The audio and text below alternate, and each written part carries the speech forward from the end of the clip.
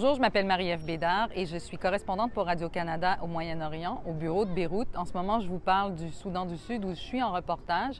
Je suis très contente qu'on m'ait demandé de vous parler de mon passage au Cégep de Jonquière en arts et technologies des médias. Très contente parce que ça me fait plaisir de me remémorer cette expérience-là. Je suis passée par le Cégep de Jonquière de 1993 à 1996 et je garde d'excellents souvenirs de cette période.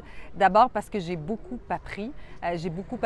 Et aujourd'hui, ça m'aide énormément dans mon métier, tant du point de vue théorique, de culture générale, de développer un esprit de synthèse. On m'a vite appris qu'un reportage d'affaires publiques, ce n'était pas une thèse de doctorat sur plusieurs feuillets. Merci Michel Laprise. Mais j'ai aussi eu l'occasion de vraiment mettre la main à la pâte en travaillant sur le journal La Pige, qui existe toujours aujourd'hui, et donc de développer des techniques d'entrevue, des techniques d'écriture, de reportage, ce qui m'a permis de devenir un joueur avec qui on avait envie de travailler assez rapidement quand je suis arrivée sur le marché du travail.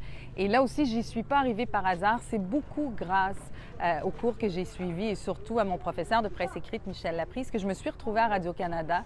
À cette époque-là, déjà, moi, je rêvais de faire du reportage à l'international. J'essayais de le convaincre de m'envoyer en stage avec un producteur de documentaires qui travaillait au Rwanda. Il avait refusé pour toutes sortes de raisons. J'ai un peu boudé, mais il m'avait vite trouvé un endroit pour faire un stage à Radio-Canada, à l'émission Le Point. Et je me suis rendu compte de l'intelligence du conseil qu'il m'avait donné très rapidement en arrivant sur place.